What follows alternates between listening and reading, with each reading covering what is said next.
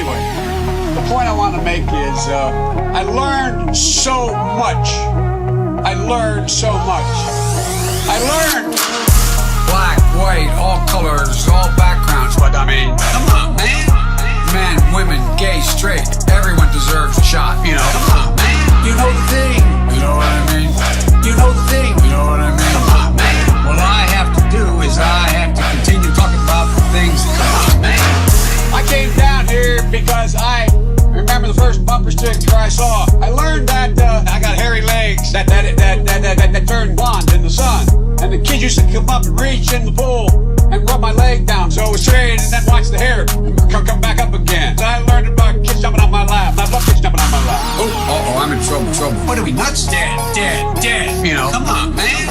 Give me a little break here. Get a life. Taking cocaine or not? What do you think? Huh? Come on, man.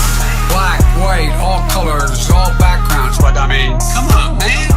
Men, women, gay, straight, everyone deserves a shot. You know. Come on, man. You know the thing. You know what I mean? You know the thing. You know what I mean? Come on, man. You have a problem figuring out whether you're for me or Trump, and you ain't black. Come on, man. The Corn Pop was a bad dude, and he ran a bunch of bad boys. I can hardly wait to meet with that guy who is the stable genius. Come on, man. I am very willing to let the public judge my physical and mental my physical as well as my mental fitness. Come on, man. Poor kids are just as bright and just as talented as white kids. Wealthy kids. Come on, man. I mean, come on. Take a look at the record. I know a lot of weed smokers. Come on, man. Black, white, all colors, all backgrounds. But I mean, come on, man. Men, women, gay, straight, everyone deserves a shot. You know. Come on, man. You know the thing. You know what I mean? You know the thing. You know what I mean? Come on, man. Why the hell would I take a test? I am, come on, man. My physical as well as my mental fitness. And I want to see these beautiful young ladies. I want to see them dancing when they're 4 years older, too. I'm looking forward to this, man. You walk behind me in a debate. Come here, man. Why should people want to make a change, though? Well, that's up to them to decide. Why should they? It's for them to decide. Well, make your case. I'm not going to. We can't rebuild our economy and meet this climate crisis, exacerbating the need for environmental justice. Sorry, as a bug. Speaking of the environment. We need to work again with Canada and Mexico as neighbors, not as adversaries. Donald Trump does pose an existential threat to this. It's not hypothetical. There's things that are worth dealing with China tough on. That makes it far more durable, reliable, and powerful. And partnerships built on coercion. Because if you could take care, if you were a quartermaster, you can sure in hell take care of running a department store thing, where in the second floor of the ladies department or whatever, you know what I mean? And what makes his wild claims and hopes, he now hopes we don't notice what he said or won't remember. And when he does follow through or doesn't do, would follow through, the exact opposite. 1.2 billion. So you go ahead and you stack spaghetti sauce at a store in a supermarket. You control the guy or the woman who brings out the carts on a forklift. What happened? The way China will respond is when we gather the rest of the world that in fact believes in open trade and making sure that we're in a position that the world that we deal with WHO the right way. That in fact that's when things began to change. I looked at it anyway. That's what I think my plan. I know what my plan does. I mean, but I mean, it's not about. I know you're supporting by saying booing, but look, here's the deal. And I had a nurse nurses at Walter Reed Hospital who would bend down and whisper in my ear. Wow. And go home and get me pillows. They would make sure they'd actually. Probably nothing ever taught in, you can't do it in the COVID time, but they'd actually breathe in my nostrils to make me move, to get me moving. So you don't make somebody else sick. Sick. What's with this guy?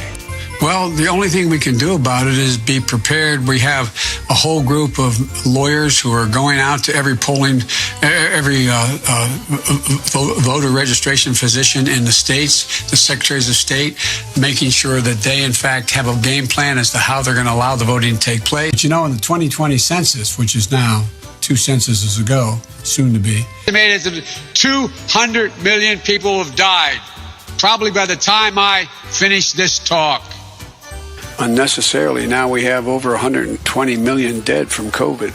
That's why I've made it a priority my entire career to work closely with you. From the time I got to the Senate 180 years ago, you know, as well as my tenure as vice president. 1787, the United States Constitution.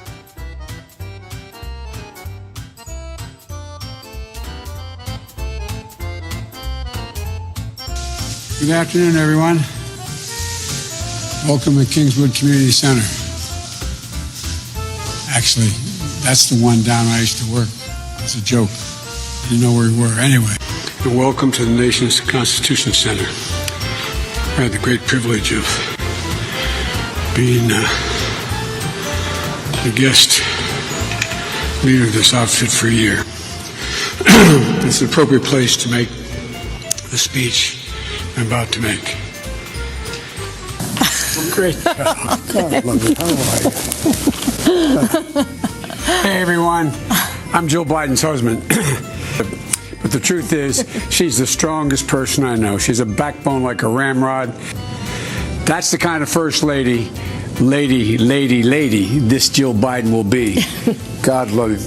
I know you're trying to goad me, but I mean, I'm so forward looking to have an opportunity to sit with the president or stand with the president in debates. So I couldn't tell anybody but Barack. Don't have here in Miami, in Florida. You don't have it here. That is, if you keep. And then there are hugs that keep going and going and going. Joe Biden wouldn't let Hillary go as they met on the tarmac at Scranton Airport. About 4 seconds into the hug, they semi-disengage. Nothing to see here, right? Wrong, because the vice president wouldn't unhand Hillary for almost 16 seconds. Notice how many times she tries to tap out. She lets it go, he does not. She tap out. Nope, she's just, no, he's still holding on. Okay, second tap out. For God's sake, Joe, you gotta let go. This latest awkward hug would not have been microanalyzed if it hadn't been for all the other overly handy Biden moments. Critics collect them. Times when he gently rearranges a young girl's hair and whispers in her ear, then rearranges some more. There's nothing pervy here. The VP knows he's on camera at these swearing-in ceremonies, and the parents are right there as he leans in for a kiss. The VP is known as a close talker. He even does it to the president.